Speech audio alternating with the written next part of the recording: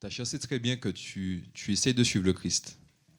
Ta chair a déjà compris que tu es dans une dynamique, que tu es dans un groupe de prière, tu es dans une communauté, que tu vas à la messe régulièrement, que tu prends des temps d'adoration, que tu viens jeûner 5 jours, que ce n'est pas la première fois. Et pourtant, elle n'a pas encore compris ça. C'est comme l'enfant que tu emmènes faire des courses pour la énième fois. Et pour la énième fois, l'enfant arrive à la caisse, te dit, je peux avoir des bonbons? Et pour la énième fois, tu dis non. Et pour la énième fois, l'enfant fait la tête. Et pour certains qui se laissent aller, se roulent par terre, font un cinéma. Alors les miens ne font pas ça parce qu'ils savent que ça ne va pas le faire. Mais les enfants, ils ont cette capacité à tester, sachant les règles. La chair est comme ça. Et en plus, la chair, sa particularité, c'est que mais forcément, elle aspire, elle tend vers des choses de la terre, quoi. Le plaisir, etc. Le ciel, la chair s'en fiche complètement. Et en même temps, c'est notre lot, en fait. C'est notre lot, on doit faire avec. Et jusqu'au bout, on doit faire avec. Et quand je fais le bilan de ce que je vis, parce que moi-même, je ne suis pas au-dessus du lot, comme disait notre frère Philippe, c'est notre modérateur qui rappelait ça, personne n'est au-dessus du lot, et c'est une réalité. Nous qui sommes au noyau, on ne dit pas ça pour faire joli. Et malheureusement, au quotidien, je me rends compte que si je ne prends pas la main de Dieu, que ma chair me balade, mais c'est incroyable. Ça fait quelques années que je suis converti. Je suis converti en 2006. Alors, il faut savoir qu'avant ça, j'étais très carnavalier, etc. J'aimais beaucoup les soirées. Franchement, je cherchais des choses de la terre, quoi. Des choses qui pouvaient justement nourrir ma chair. Et en 2006, je donne ma vie au Seigneur. Ça se passe à Medjugorje, j'arrive devant le Krijvac, enfin, je suis sur le Krijvac devant cette énorme croix. Et je sens qu'il faut que ça change, quoi. Comme si mes yeux s'ouvrent et je comprends que ce Jésus dont j'ai entendu parler si souvent, que je ne suivais pas évidemment, mais que c'est du réel. Ce qu'il y a de particulier, c'est qu'on est sur la montagne et puis j'entends un frère qui dit, dans la croix que vous voyez là, il y a des morceaux de la vraie croix du Christ. Ça peut paraître simple, mais mon cœur s'est ouvert, mes yeux se sont ouverts. Un peu la façon du soldat qui était sur le Golgotha. Et puis quand le Christ est mort, comme s'il se réveille et puis il dit, vraiment, cet homme était le Fils de Dieu. Eh bien, j'ai vécu ça. Alors, 2006, ça fait déjà un petit bout de temps. Et pour autant, je me retrouve dans des situations où je me dis, mais Nicolas, mais comment tu peux faire un truc pareil? Un jour, je sortais de la messe, par exemple. Tu sors de la messe, hein? Donc le Seigneur est en toi, tout ça. On suit une voiture qui zigzague. On essaie de la dépasser, on n'arrive pas à la dépasser. Donc ça commence déjà à m'agacer. Avec Jésus en moi, je le rappelle. C'est déjà pas normal. Les gars, ils balancent des détritus par la fenêtre. Ça m'agace doublement. Et à un moment donné, ils pile sec, donc on manque de les percuter. Mon sang ne fait qu'un tour. Le gars, mon épouse qui conduit, hein, je suis passager. Ça m'agace tellement que je tends le bras, je klaxonne, alors que je suis passager. Je rappelle que je suis chrétien, que j'aime Jésus d'après moi, etc. Les gars sont vexés devant. Il y en a un qui descend de voiture. Ça m'agace. Là, franchement, je pète un câble. Je commence par lui faire un doigt d'honneur. Je descends de voiture, prêt à me battre avec les gars. Et je suis dans une telle spirale que j'oublie que je porte le nom de Jésus, en fait. Que je suis devenu fils de Dieu et que je dois être porteur de lumière. Et j'avance vers les gars. Il y a un deuxième qui sort de la voiture, qui amène un chien de combat, tout ça. Et je suis tellement dans les ténèbres, tellement dans une furie, que dans mon cœur, je me dis, non seulement je vais prendre le gars, je vais prendre le chien aussi. Mais un truc fou. Et mon épouse qui est en panique, qui me dit, chérie, arrête et tout, machin. Les enfants sont là, mais tu ne vois pas ça. Parce que pour le coup, ton esprit a été refoulé et c'est ta chair qui commande. Quand Jésus dit, méfiez-vous, veillez et priez pour ne pas entrer en tentation parce que l'esprit est ardent et la chair est faible, mais c'est peu de le dire. Une fois que ta chair a pris le dessus, c'est compliqué. Et à ce moment-là, tu oublies même comment tu t'appelles. Donc j'avance sur les gars, tout ça. Mon épouse qui est en panique, les enfants qui commencent à pleurer, tout ça, c'est pour vous dire l'ambiance que j'ai générée, quoi. Et quand le gars, les deux gars, même avec le chien, voient ma tête, ils commencent à calmer le jeu. Il y en a un qui vient me serrer la main. Bon, on se calme, tout ça, machin. Il y a une fille dans la voiture qui crie, tout ça, au secours, machin. Et je vis ça, et c'est comme si je me rappelle que, Nicolas, tu sors de l'Eucharistie. Qu'est-ce que tu as fait de Jésus, en fait? Je me rends compte que Jésus, je l'ai ligoté, puis je l'ai mis dans une pièce de mon cœur, quoi. Tu vois? pour que Jésus n'ait pas à me parler, qu'il me laisse gérer ce dossier-là. Mais la chair m'avait baladé. Donc ça m'a montré que la chair nous couillonne.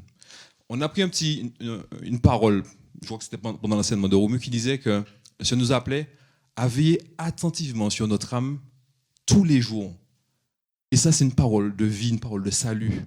Si on ne fait pas ce boulot-là, on n'aura pas vu à quel moment on a renié Jésus.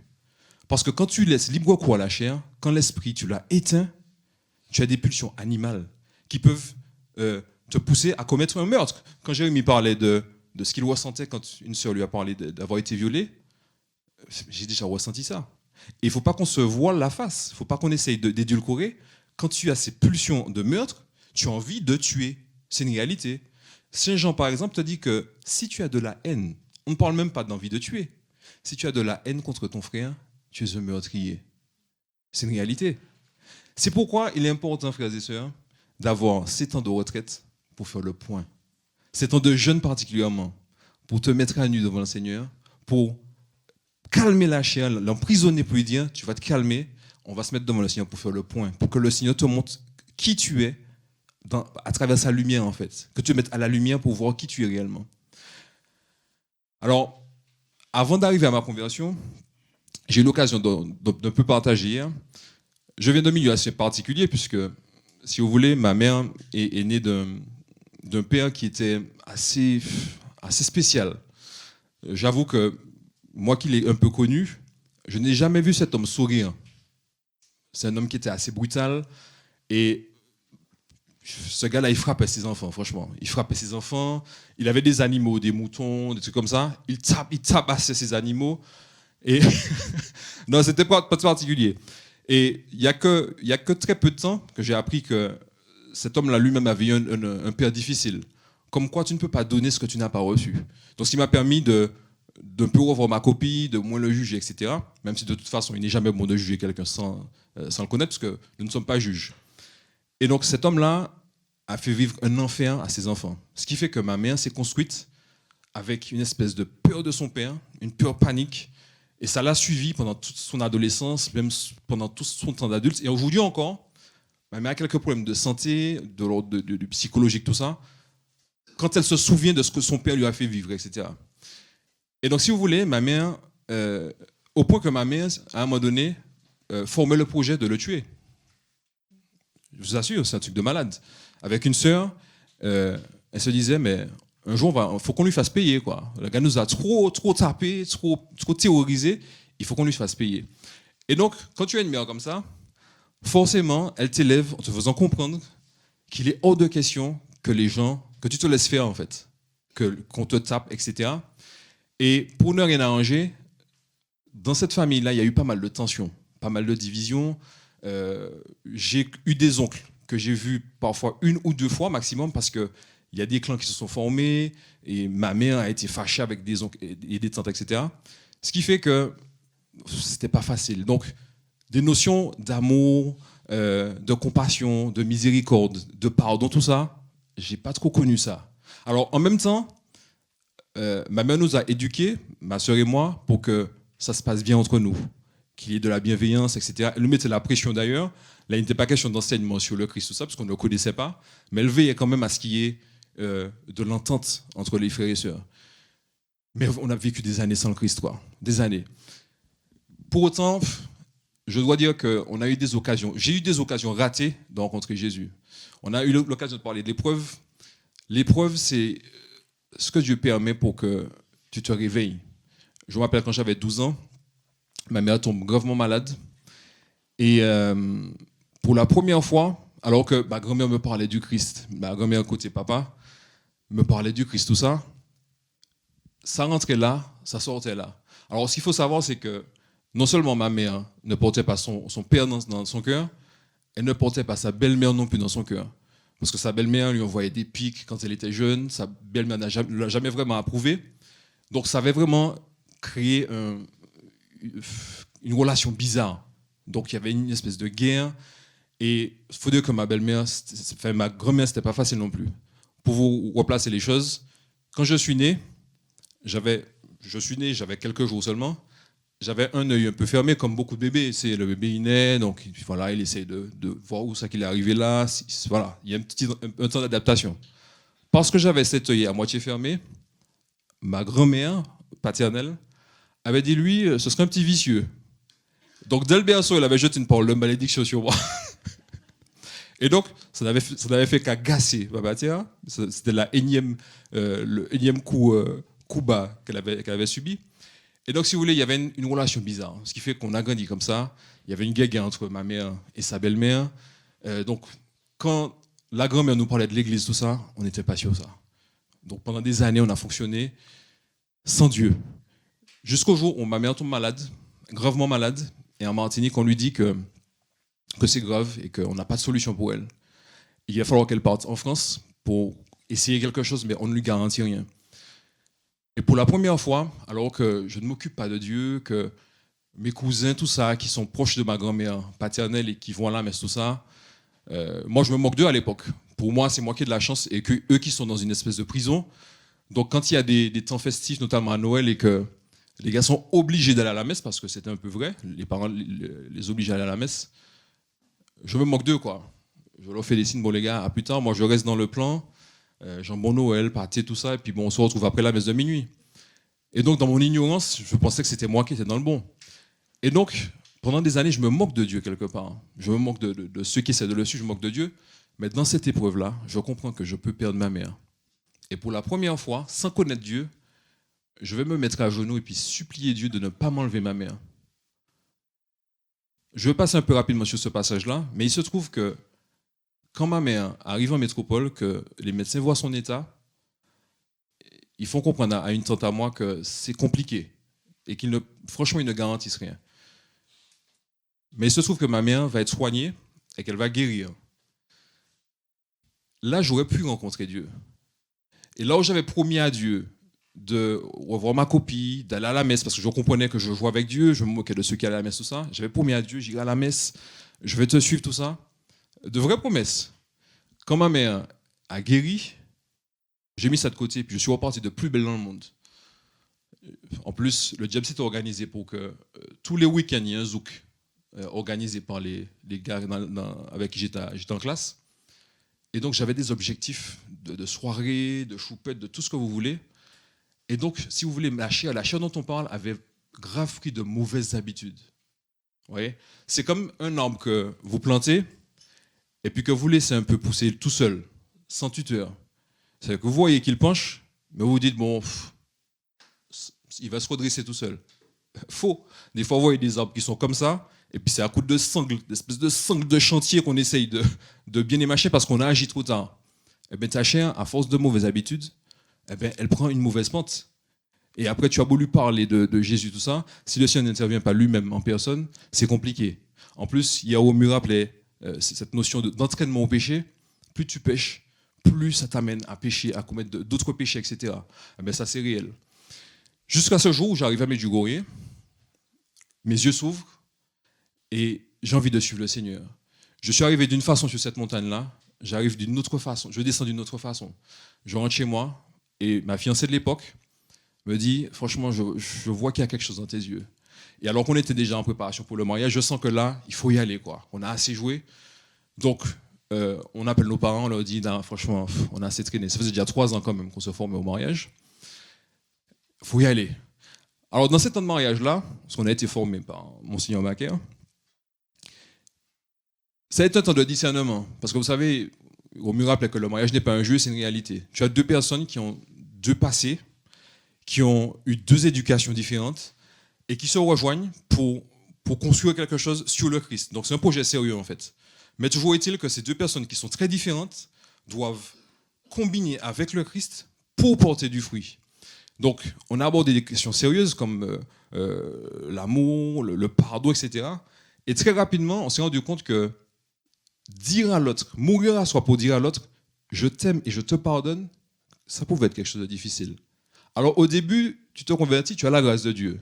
Donc tu le dis, même si ça te tord la bouche, ça te brûle les lèvres, tu le dis. Mais tu te rends compte que même après des années de conversion, ça peut être compliqué. Je me rappelle d'un soir, il n'y a pas longtemps, ça fait moins de mois d'ailleurs.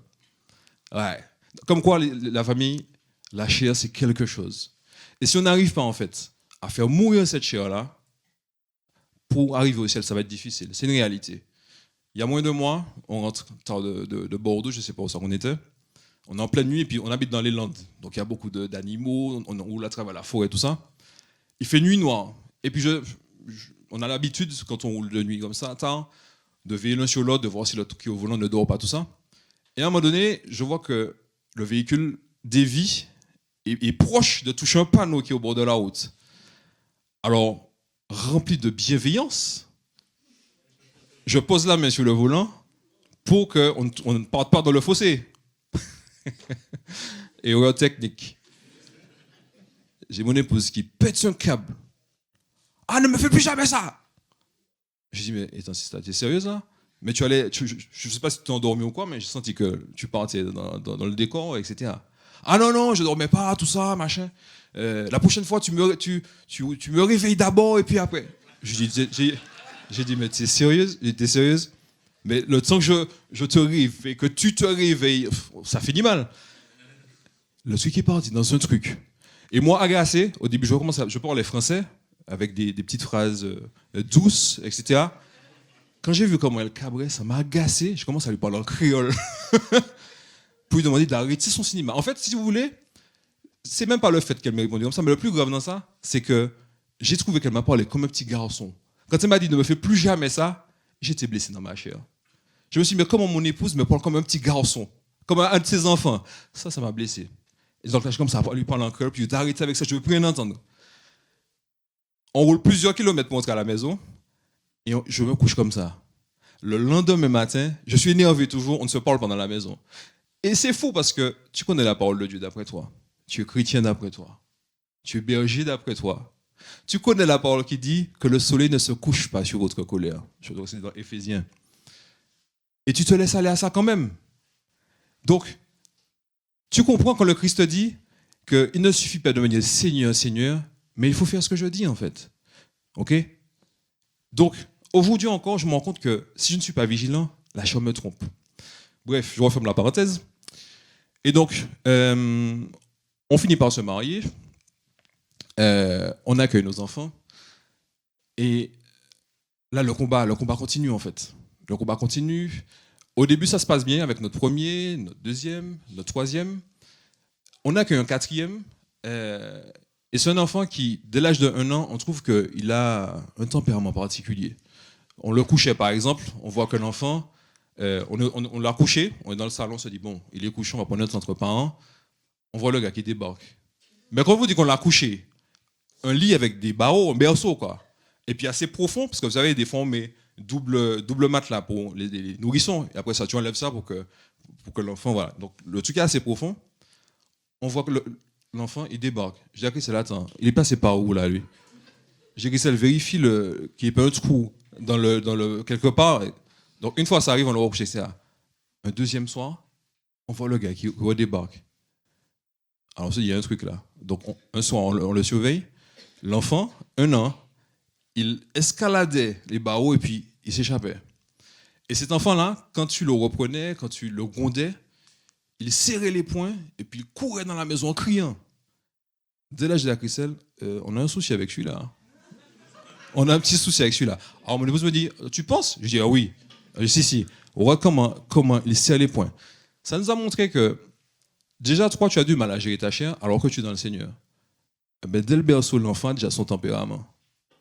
L'enfant a déjà ses pulsions de colère, de rébellion, etc. Et si tu ne mets pas de l'ordre dans tout ça, eh ben, à un moment donné, tu te retrouves dans une situation qui te dépasse. Et quelque part, c'est un peu ce qu'on a vécu. C'est que cet enfant-là qui est en grandissant avec cette capacité à être rayonnant de joie, très doux, etc., eh ben, c'est un enfant qui très rapidement s'est mis à voler de la nourriture, par exemple.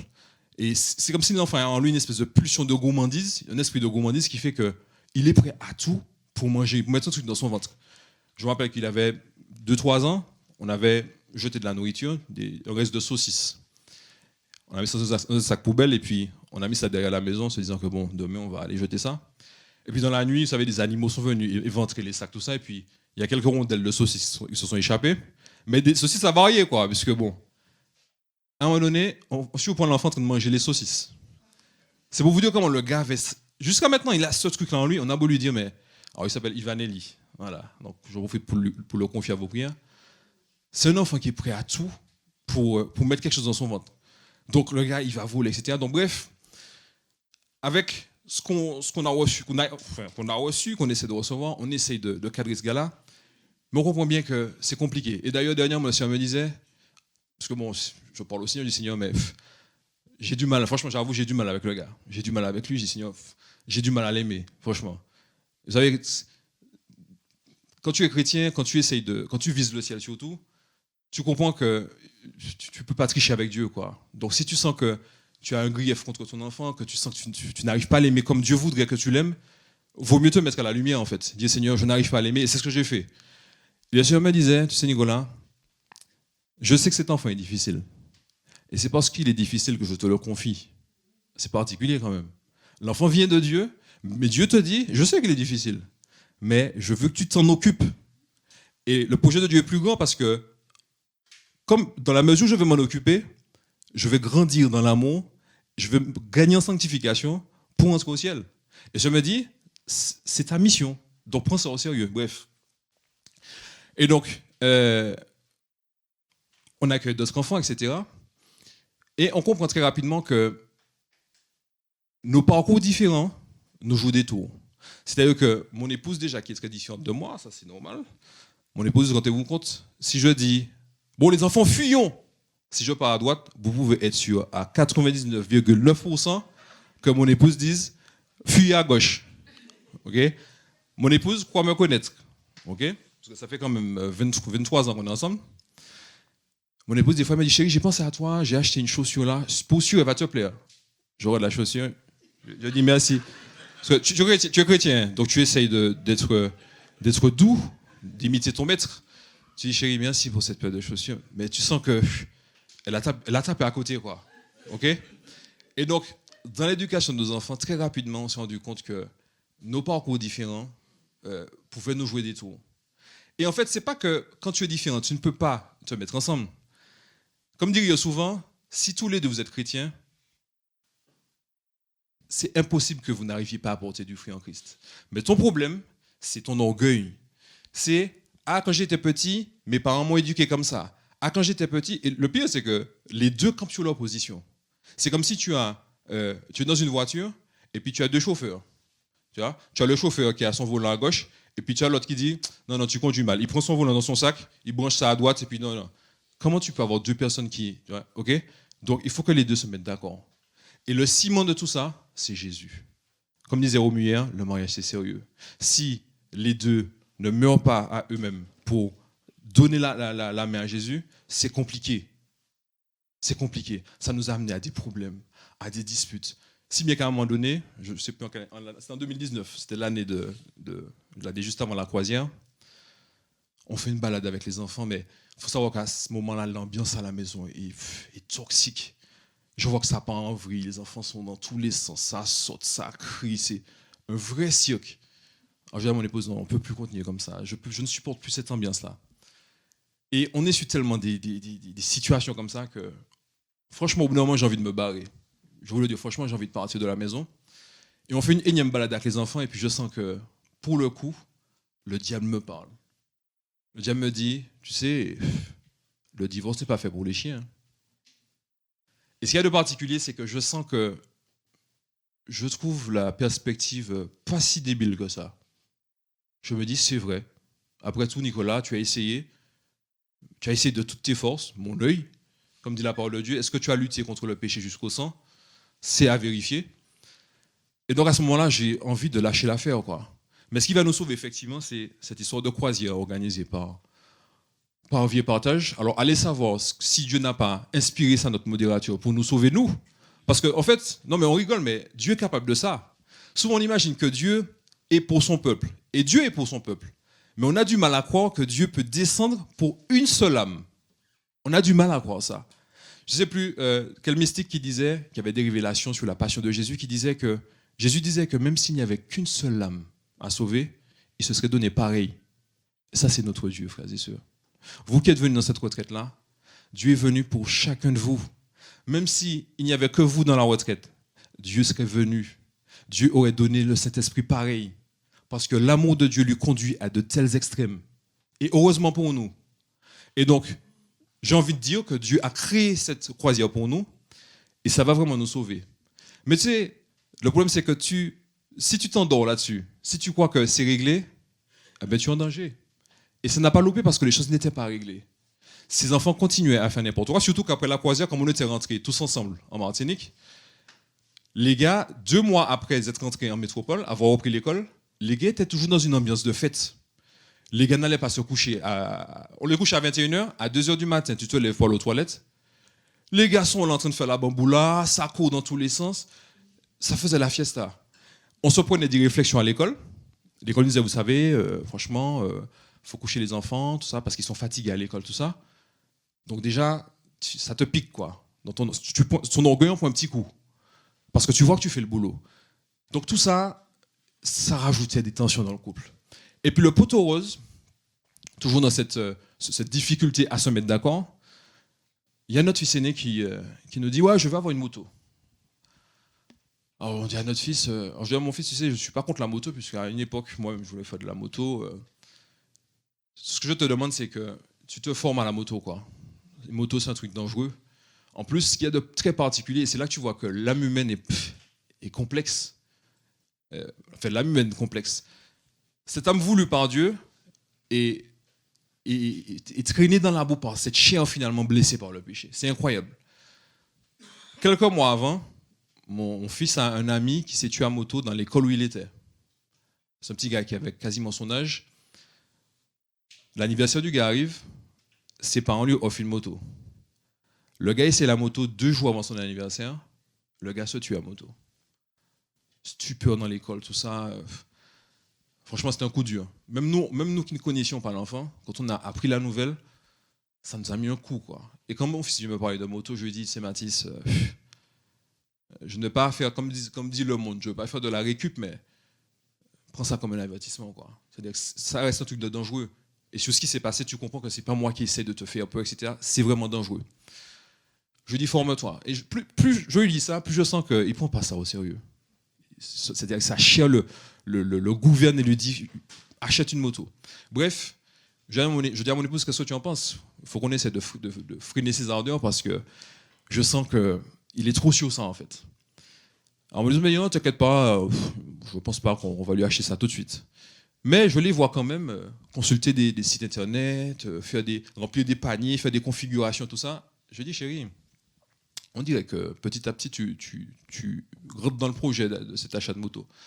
Non, t'inquiète pas, non, il n'est pas prévu que j'achète la moto. Et je sens qu'il me couillonne sur cette affaire-là.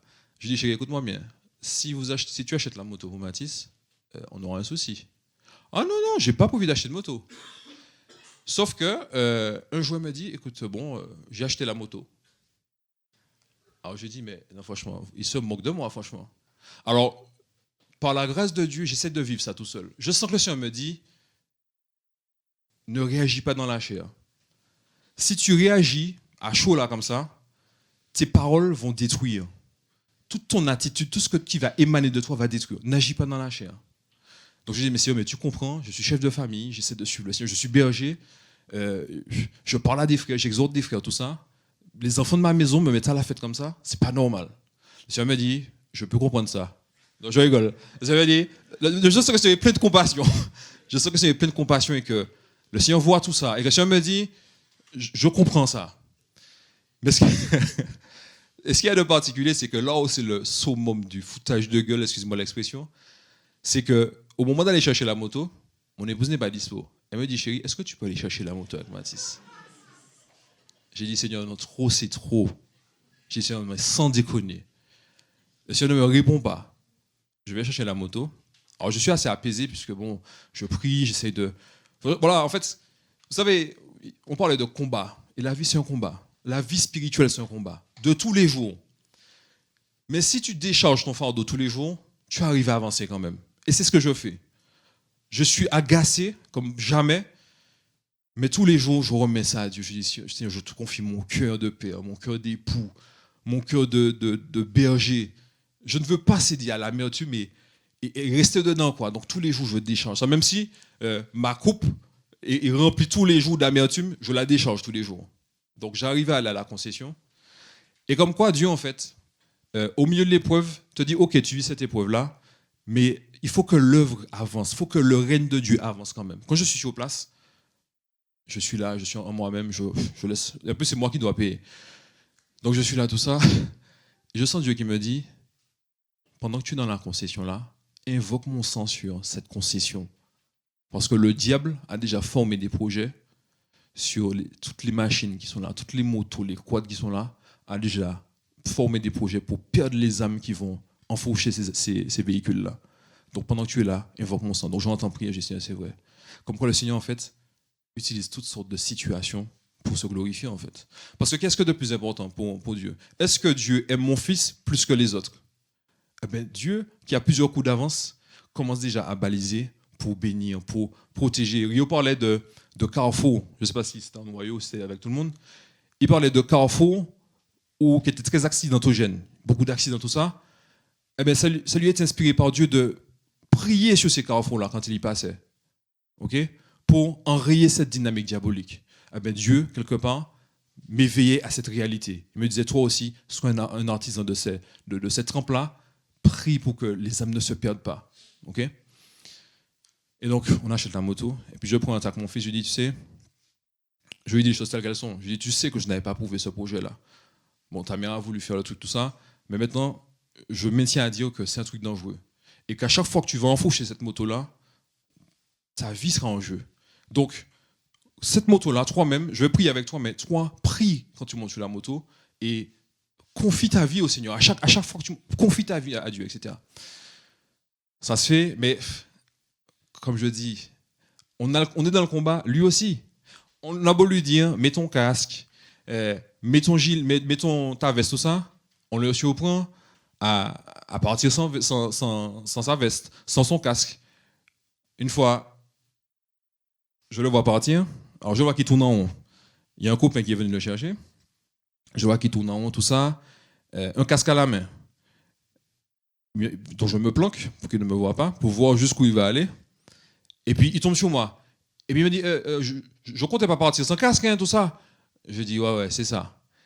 Et je regarde, quelques minutes après, donc il dit au copain de partir. Et brusquement, je ne le vois pas. Je ne sais pas par où il est passé. Et je suis sûr qu'il est parti sans casque. Donc ça te montre que tu as beau avoir des parents qui sont là, qui te parlent de Dieu, qui essayent de te préserver en fait.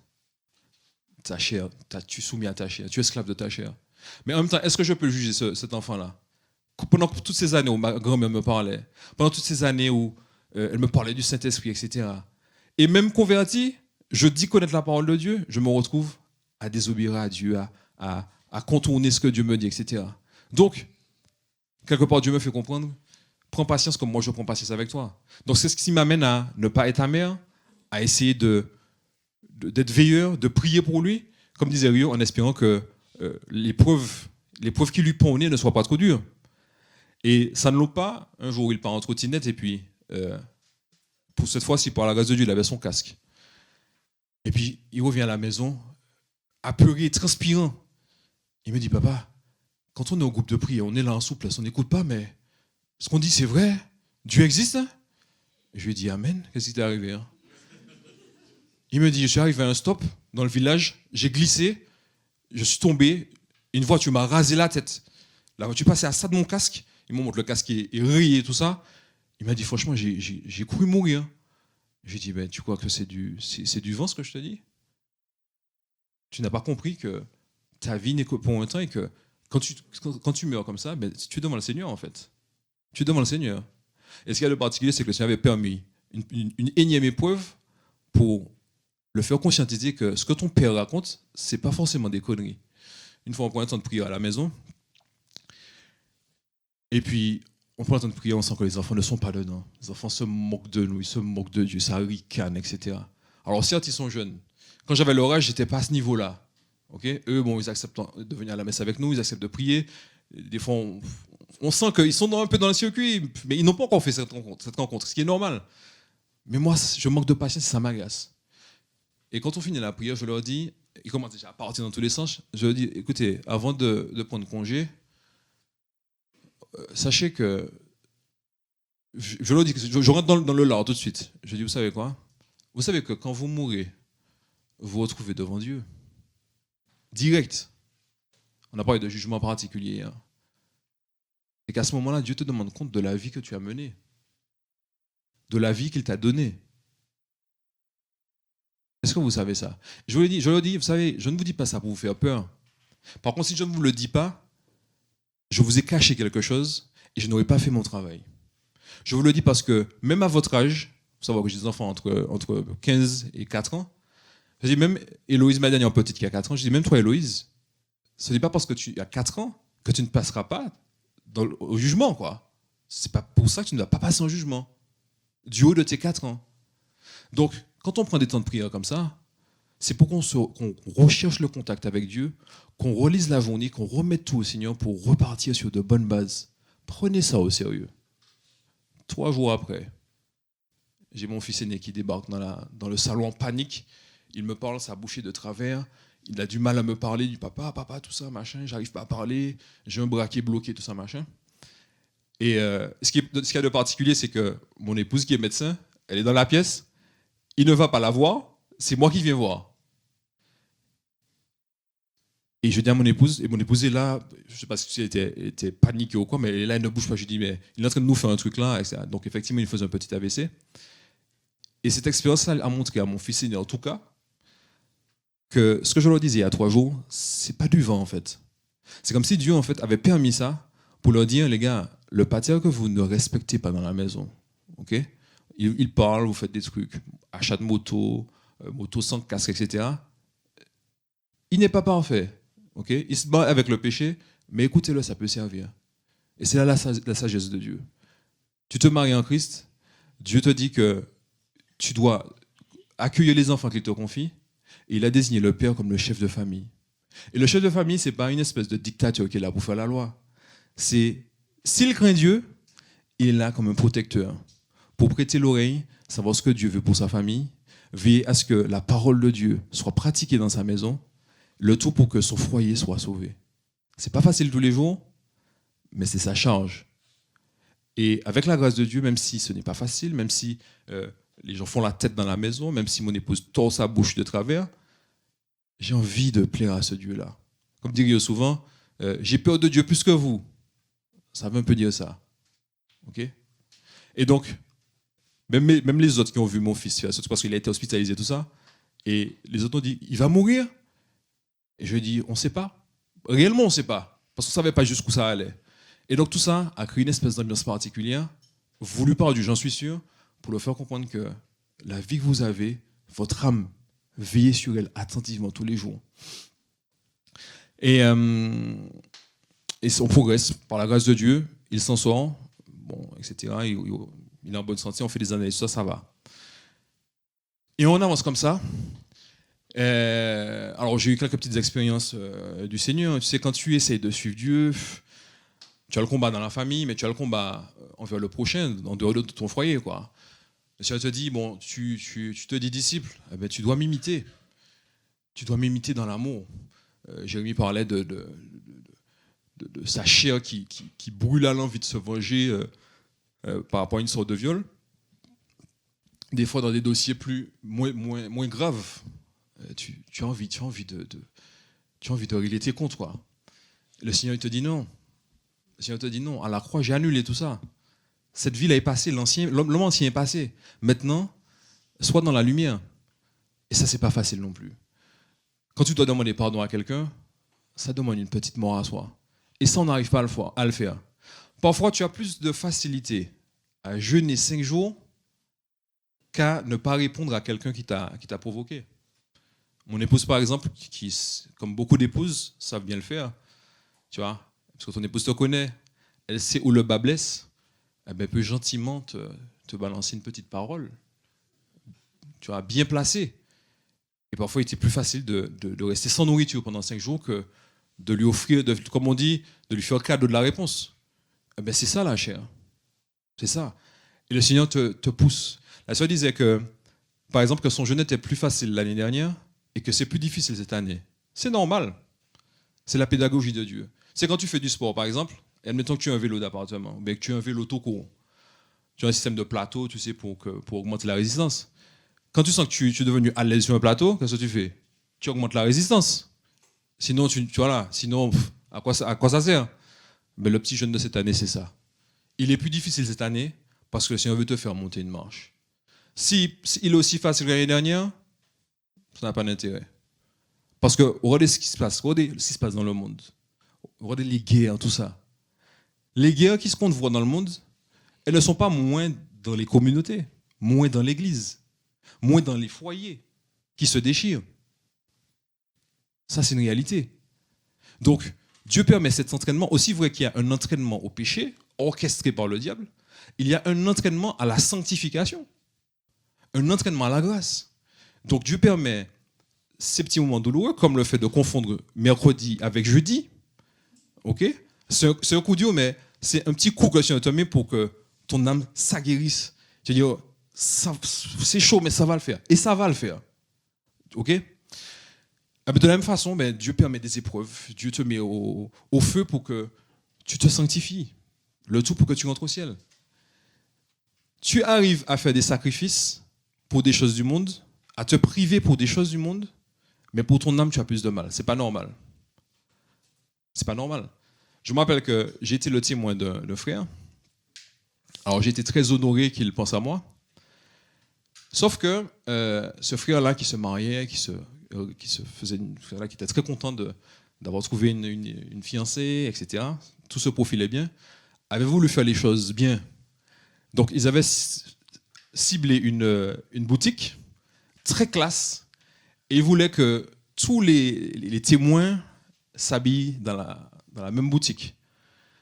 Sauf que quand j'ai vu la boutique, j'ai commencé à transpirer parce que j'ai compris tout de suite que c'était des petits costumes très cintrés, très machin. Puis à l'époque, j'étais un peu costaud.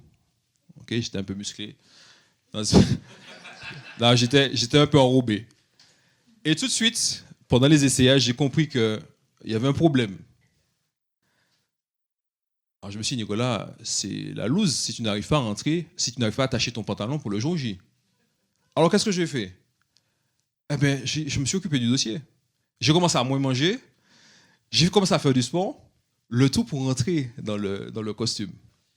C'est fou, frères et sœurs, comme pour des choses du monde, des choses de la terre, des choses qui nourrissent ton orgueil. Parce que tu sais, la perspective que tu ne puisses plus être témoin pour une histoire comme ça, mais no way, c'est pas possible. Donc tu t'organises. Mais pour le Seigneur, tu as du mal. Non, depuis ce truc-là, je me fais violence.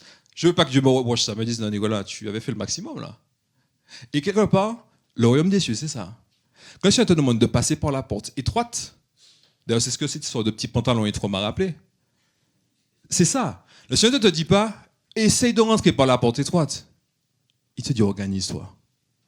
Alors, on peut dire, Seigneur, mais comprends-moi tout ça. Seigneur, tu t'es incarné, tu sais, tu as vécu sous le soleil, tu sais que c'est compliqué. Le Seigneur, c'est ça. Mais ma grâce te suffit. Ok? Si tu arrives à t'organiser pour des choses de la terre, avec mon esprit, avec ma grâce, tu vas y arriver. Mais saisis la grâce, cherche-la, demande-la. Demande la grâce. Ok? Je me suis rendu compte que le Seigneur me poussait. Alors, c'est une parenthèse que je referme. Le Seigneur me poussait dans l'amour, en fait. Dans l'amour. Si j'entends dire, par exemple, que celui qui n'aime pas n'a pas connu Dieu. Comment tu peux dire que tu lis la parole de Dieu, tu jeûnes? Le Seigneur lui-même te dit, tu jeûnes, c'est bien. Mais les démons aussi jeûnent. Paul qui nous dit ça. Les démons jeûnent. Donc, qu'est-ce que tu fais en plus? Ok? Par contre, obéir à Dieu sur les voies de l'amour, ça, c'est un dossier. Les démons, bon, ils sont pas sur ça. Et bien, quand le Seigneur te dit, pardonne à quelqu'un, pardonne. Combien de fois j'ai dû intervenir auprès de ma matière, je vous ai parlé de son contexte, qui avait une haine féroce envers son pâtière. Des fois, ma mère faisait des esclandres. Elle venait au groupe de prière à Bordeaux. Tu es berger du groupe. Et ta maman, full bordel dans le groupe. Elle fait des vraies sorties de route. Quand on parle du pardon, tout ça, ah, jamais je vais pardonner à mon pâtière. C'est quoi ça? Mais des trucs sérieux. Et puis, tout le monde sait que c'est ta matière gay, là. Ah, ça le fait pas. Et des fois, j'ai dû mettre en pause ce qu'on disait pour lui faire une exhortation en direct, pour lui parler des fins dernières, quoi. Je veux dire, alors, je lui disais, tu sais, si tu es dans cette condition-là, dans cet état d'esprit, le ciel, ça va être difficile. Vous savez, il y a cette Françoise Romaine qui nous parle qui est une sainte, une mystique, reconnue par l'Église, qui nous parle de l'enfer. Elle a écrit le traité de l'enfer. Elle te parle de l'organisation de l'enfer et puis des différents étages qui sont dédiés à quasiment chaque péché, tout ça. Et les gars, le non-pardon, il y a un étage dédié, luxueux, avec tout ce qu'il faut, mais en enfer. Et quand tu refuses de pardonner, tu refuses l'amour de Dieu en toi, en fait. Tu auras Dieu dans les yeux, tu dis, ton amour là, rien à cirer. La croix, tu la jettes à la poubelle. Et ça m'insupportait de voir ma mère dans cet état-là. Et en plus, ce qui était diabolique, c'est que même si j'essaie d'avoir de la compassion, de comprendre son passé, tout ça, je voyais l'effet sur les frères qui étaient là. Parce que des frères qui avaient vécu des choses difficiles adhéraient à ce qu'elle disait. Et la grâce de Dieu, c'est que ma mère qui détestait son père, qui ne portait pas ma grand-mère dans son cœur, avec la grâce de Dieu, à force de prière, à force de retraite, parce qu'elle a eu l'occasion de venir dans des retraites vie et partage, j'ai vu ma mère prendre un billet d'avion, aller se réconcilier avec ma grand-mère, par exemple. Un truc de fou. Alors certes, ça ne s'est pas passé quand moi j'espère que ça se passe. Vous savez, ça t'a dit que un jour devant Dieu, c'est comme 1000 ans. Tu vois, 1000 ans, c'est comme un jour. On voudrait que les choses se passent en claquant des doigts, tout ça. On croit que souvent, tu crois que c'est ta prière, c'est ton jeûne, etc. Mais le Seigneur ne permet pas ça parce que c'est ton orgueil. Tu vois, tu croirais que c'est toi qui as géré. Mais Dieu s'en est occupé. Ce qui fait que Dieu s'est glorifié quelque part. Ma mère a vraiment pris un billet d'avion pour aller se réconcilier avec ma grand-mère, qui du coup lui disait qu'elle-même était contente de voir que celle qu'elle avait pronostiqué comme un vicieux, ben, c'était converti, je parle de moi, c'était converti et servait le Seigneur, tout ça. Et ce qu'il y a de particulier, et je sais que ma conversion, je la dois à ma grand-mère, parce que dès le berceau, elle m'avait verrouillé. Ouais, dès le berceau, elle m'avait verrouillé. Alors, il faut dire qu'adolescent, j'avais un peu obéi à sa prophétie, et j'étais un peu devenu vicieux, c'est vrai, un peu voyou dans le monde, tout ça. Mais elle avait tellement, je suis sûr aujourd'hui qu'elle avait tellement mis le paquet, prier pour nous, parce que tu sais, quand tu crois d'après toi que quelqu'un se perd, peut-être que c'est vrai que la personne se perd, mais tu pries pour elle, tu jeûnes pour elle, et tu fais bien. Dieu disait que c'est bon de prier pour les autres, etc. Que ça couvre une multitude de péchés, parce que si tu le fais avec charité, c'est vraiment ça couvre une multitude de péchés. Mais ma grand-mère était tellement sûre que j'allais me perdre, et certainement que j'allais me perdre, elle avait mis le paquet. Et c'est une femme qui priait le rosaire. Elle avait un petit groupe de rosaire, ce que je voyais comme un groupe de mamies voilà, qui radotaient. Eh bien, elle priait pour moi. Son erreur, c'est qu'elle s'était trop occupée de moi et pas assez des autres cousins. Les cousins qui, à l'époque, étaient dans le Seigneur, aujourd'hui ne sont plus dans le Seigneur. Okay? Même à travers ça, ça me met une espèce d'alarme. Te dire, soit tu es dedans aujourd'hui, mais méfie-toi. Parce qu'eux aussi étaient dedans. Okay? Donc j'ai vu ma mère demander pardon à sa belle-mère, demander pardon à son père, ce qu'elle trouvait mais scandaleux. À chaque fois, je lui disais, mais tu sais, maman, si aujourd'hui tu as l'objectif du ciel, tu dois te réconcilier avec ton père. Tu sais ce que le Seigneur en pense, etc. Même si ce qu'il t'a fait, essaie de te réconcilier avec lui. Ça allait même plus loin que ça. Ma mère était à son chevet quand il allait mourir. Même avant qu'il ne meure, tous les frères et sœurs de ma matière refusaient de faire la toilette au grand-père, tout ça. C'est ma mère qui était à son chevet, qui lui faisait sa toilette, tout ça. Dieu, c'est plus que glorifié. OK? Et si vous voulez, moi qui exhortais ma mère au début, ma mère a commencé par son comportement à m'enseigner sans savoir. Elle ne le sait même pas. Parce que tu sais, tu es berger, tu dis à ta maman, tu l'exhortes, tout ça d'après toi. Mais Dieu, une fois qu'il a pris la main, commence à t'enseigner par des gens que tu croyais perdus. C'est pourquoi, en fait, il ne faut jamais juger quelqu'un que tu crois tu juges loin du Seigneur, en fait. Tu pries. Mais peut-être qu'un jour, cette personne-là que tu penses être loin va te dépasser dans la vertu. OK? Et je vois qu'aujourd'hui, il y a des lieux où j'ai du mal à accorder mon pardon. Ok? Un gars te fait une crasse sur la route, tu es furieux, doigt d'honneur, tout ça. C'est quoi ça? Alors, heureusement pour moi, il y a des moments où j'ai réussi. Une fois, j'étais au travail. À l'époque, j'habitais à Bordeaux et puis j'entends boum. Dans mon cœur, je me suis dit, c'est ma voiture, je suis sûr. Ça n'a pas loupé. Alors, des fois, je ne sais pas qui m'a révélé ces choses, je suis sûr. Peut-être que c'est le diable d'ailleurs. Vous savez, toujours là pour te troubler, toujours pour te mettre dans un mode. Et il avait réussi parce que je descends en furie, tout ça. En furie, j'exagère un peu. Je descends. Et je vois le gars qui a fait ça, qui prend la fuite. Alors je l'interpelle, je cours, je l'interpelle. Je dis qu'il a buté ma voiture là, de rester là. Alors c'est un jeune qui habite dans le quartier. Alors il me fait comprendre tout de suite que ma voiture est garée devant son garage, qu'il m'a percuté, ça va m'apprendre. Ah, ça m'a gonflé. J'étais déjà chrétien, berger, tout ça. Et donc, un cinéma, alors je passe les détails, un cinéma, la police vient, ils appellent la police. Et puis le gars, il appelle sa maman, enfant gâté. Oh maman, viens, tout ça, machin. Et alors la police vient, il parle de faire une main courante, tout ça. Un cinéma, mes patrons descendent. Il y a une espèce d'immeuble, toutes les boîtes qui sont là, tout le monde descend, c'est un bacchanal incroyable. Et je me dis tout ça, je me dis, Nicolas, ok, dans quoi tu t'es embarqué? Et puis ce qui m'agace par-dessus tout, c'est que la maman et le fils, alors on parle de faire un constat, les gars ricanent. Vous savez, dans le film La Passion du Christ, je ne sais pas si vous avez remarqué, mais pendant que Jésus est en train de donner sa vie, en train de sauver le monde, il y a des gars qui sont en train de ricaner. Je me suis demandé, mais qu'est-ce qui arrive à ces gars-là? Les gars sont dans une ivresse de ricanement. Eh bien, j'ai été confronté à ça. Alors, sans me comparer au Christ, évidemment. Je me suis dit, mais c'est quoi le problème? Donc, ça m'agace lourdement. Donc, je vais faire le constat. Et dans mon agacement, je sens le Seigneur qui me dit, tu dois demander pardon à ce gars-là. Je lui dis, Seigneur, mais non, tu rigoles. Alors, je lui dis ça, mais avec beaucoup de respect, puisque, voilà, Dieu, je n'ai pas n'importe qui, ok? J'ai dit, Seigneur, tu es sûr? Non. Et le Seigneur, en fait, dans sa bonté, me dit, tu dois lui demander pardon parce que tu l'as accusé publiquement d'avoir voulu se sauver. Et il me dit, tu dois réparer ça. Dieu est un Dieu de réparation, de miséricorde, mais de réparation. Et quand vous regardez l'Ancien Testament, quand vous regardez tous les prophètes qu'il a envoyés, à chaque fois, c'était pour... Les prophètes devaient se sacrifier parfois pour le peuple. Et Jésus, a fait la finale, s'est sacrifié pour le monde entier, par des souffrances incroyables. Nous, notre chair a du mal à envisager la souffrance. Mais la souffrance est une voie de salut, une voie de bénédiction. C'est vrai que c'est plus difficile si tu ramènes la souffrance à toi. Je souffre, Seigneur, je souffre. Mais le Christ aussi a souffert. S'il avait ramené ça à lui, ça aurait été insoutenable. Mais il a considéré le projet du Père. Il a considéré les nombreuses âmes qu'il aurait sauvées. Il ne s'est même pas arrêté au ricaneur qui était en bas de la croix. Okay? Sa souffrance, il a sublimé ça par l'amour qu'il portait au monde, à son Père. Le Christ dit que sa nourriture, c'est d'obéir au Père. Non pas par contrainte, mais par amour. C'est ça qui le transcendait.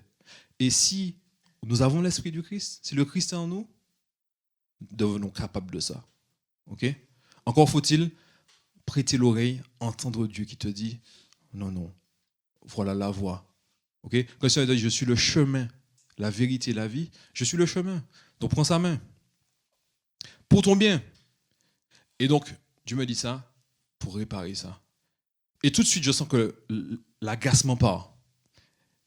Et je dis à la dame, la maman du gars, on ne va pas faire de constat. Je savais quoi, je veux voir votre fils.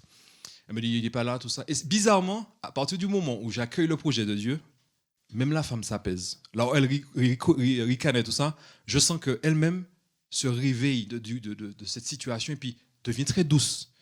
Et je lui dis, vous savez quoi?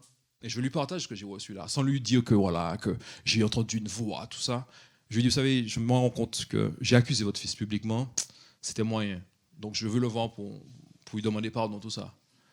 Eh bien, vous savez que cette dame-là, quand je passais dans le quartier, elle m'invitait à prendre le café. Je vous assure. Et jusqu'à maintenant, ça fait des années déjà, quand je repasse dans le quartier, elle me reconnaît et on se salue cordialement. Parce que Dieu était passé. Dieu était venu désamorcer cette situation qui fait que si je n'avais pas accepté de rentrer dans le projet de Dieu et de renoncer à mon orgueil, demander pardon à ces gars-là, à chaque fois que je serais passé dans le quartier, je serais amer en pensant à eux. Et c'est ça notre problème. Quand tu es en désaccord avec quelqu'un, rien que de penser à la personne, ça te rend amer. Ok? Le non-pardon, ça te détruit. Ça te détruit. Et pourtant, tu ne veux pas lâcher l'affaire. Tu veux revendiquer tes droits. Ça te consume. Et je vous dis, ma matière, j'ai vu les dégâts de la haine et du non-pardon sur elle. Aujourd'hui encore, ma mère a des problèmes de santé, des vertiges, des trucs comme ça. Des fois, ça frise la dépression. Alors qu'elle a fait la démarche. Mais être restée dans cet état pendant des années l'a détruite. Souvent, on parle de l'enfer. Mais l'enfer, c'est quoi? C'est cet état où tu t'es coupé de Dieu. Et quand tu t'es coupé de Dieu, de l'amour, du pardon, de la miséricorde, tu vis un enfer. Tu vis un enfer. Et ça, je l'ai vu de mes yeux. Et donc, tout notre combat, mon combat, c'est essayer d'aimer, c'est de pardonner. J'ai partagé hier sur ce frère qui était venu se battre avec moi là, en sortant d'un rosaire. Et quand tu as été éduqué avec ta matière qui te dit jamais que tu vas te laisser faire, tu as beau te convertir, tu as des restes. Tu as ça en toi. Et puis, la chair attend, comme le diable attend le moment favorable. C'est-à-dire que la chair subit là. On est en jeûne là. La chair subit là. Elle est là. Elle dit attends. La chair revancharde. Te dit tu jeûnes d'après toi. Attends. Et puis, 4e jour, c'est poulet rôti, c'est poulet brisé, tout ça dans ta tête. La chair est comme ça. Donc, ce qui est important, d'où l'importance de se connaître. Souvent, on parle du diable, tout ça. Mais connais-toi toi-même. Rappelle-toi d'où tu viens. Rappelle-toi d'où le Christ a sorti. Ne fais pas l'intéressant. Ok? Donc, ne juge pas les gens. Quand tu vois que quelqu'un fait quelque chose, quelqu'un n'arrive pas à suivre le Christ, quelqu'un n'arrive pas à aimer, quelqu'un n'arrive pas à pardonner, ne juge pas. J'ai un cousin là qui s'est converti. Le gars, c'est un lascar. Quand je vous dis un lascar, pour vous donner le calibre du gars, c'est un gars qui aimait beaucoup les femmes. Et à une époque, quand j'étais dans le monde, ce gars-là, c'était mon héros. Malheureusement. Ce gars-là, pour moi, c'était un boss. Le gars avait des choupettes. Il arrivait dans une soirée avec une fille. Il repartait de la soirée avec une autre fille. Le gars était sans foi ni loi. Ce gars-là, le Seigneur l'a chopé par une épreuve. Comme quoi, l'épreuve, c'est vraiment le lieu où tu te réveilles, quoi. Le gars, il a accepté de prendre un colis pour une connaissance, tout ça. C'était un colis piégé, drogue, tout ça. Et puis, c'est lui qui a porté le chapeau. Il s'est retrouvé en prison, il a fait 1 an et demi de prison. Et il faut croire qu'en prison, il a réfléchi. Et je vous dis, ce gars-là, ça arrive en 2019, je crois, parce que on allait à son mariage en 2019, je crois. 2020. Donc, sa conversion était récente. Donc, ce gars-là, il avait quasiment 50 ans, donc ça vous montre pendant de nombreuses années, le gars était dans les ténèbres.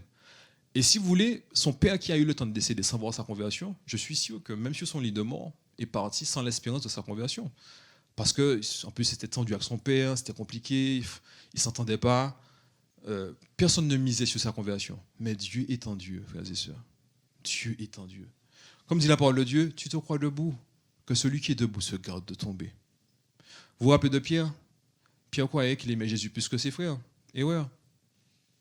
Eh bien, le Seigneur lui avait dit, et il a vu, que sans la grâce de Dieu, tu n'es pas mieux que les autres en fait.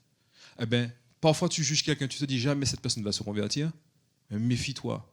Eh bien, ce frère-là, on a vu sa conversion, on allait à son mariage. Avant la soirée, louange, tout ça, Jésus, tout ça. Et puis ce gars-là est devenu doux, soumis à Dieu. Dieu s'est glorifié, c'est un truc de malade. Et donc, ok. Et donc, je vous parle un petit truc rapidement. Dieu, en fait, dans sa pédagogie, te pousse. Parce que Dieu veut te sauver à tout prix. À tout prix. Et Dieu sait à quel point le diable qui rôde comme un lion rugissant veut ta peau. Ok? Tu es dans une situation où tu veux être témoin de Dieu. Tu veux aimer, tu veux faire le choix de l'amour, tu veux faire le choix du pardon. Le diable te dit, tu plaisantes ou quoi? Tu vois pas ce que monsieur t'a fait, tu vois pas ce que mademoiselle t'a fait. Et rapidement, j'ai été embarqué dans une histoire cette année. Nos enfants ont dit à l'école qu'ils prenaient la fessée à la maison. Vous savez, aujourd'hui, ça ne blague pas avec cette histoire-là. Je rappelle que Dieu lui-même te dit que si tu refuses de corriger ton enfant, tu es ton enfant. Tu n'aimes pas ton enfant. C'est sérieux. Hein? En même temps, il te dit, corrige-le, mais n'essaye pas de le tuer. C'est marqué dans la parole aussi. Bref, on est inquiété. Tout de suite, signalement auprès du parquet, tout ça. On reçoit un coup de fil. Vous serez convoqué. Et puis on nous prend de haut. Tout de suite, on ne te dit pas pourquoi tu as été signalé. On te dit que voilà, pour votre situation, vous serez convoqué par le parquet. Et très rapidement, on comprend que le monde nous traîne devant les tribunaux. Et aujourd'hui, c'est une histoire qui a duré 9 mois, mais aujourd'hui, je bénis le Seigneur parce que ça nous a donné l'occasion de vivre ce que le Christ dit. Il te dit, viendra un temps où vous serez traînés devant les tribunaux. Il te dit que le serviteur n'est pas plus grand que le maître. S'ils m'ont persécuté, ils vont vous persécuter. Et aujourd'hui, frères et sœurs, réellement, si vous avez à cœur de faire la parole de Dieu, vous serez inquiétés et bienheureux êtes-vous, dit Jésus. Nous sommes dans cette retraite-là pour prendre des forces, parce qu'on ne sait pas ce qui vient.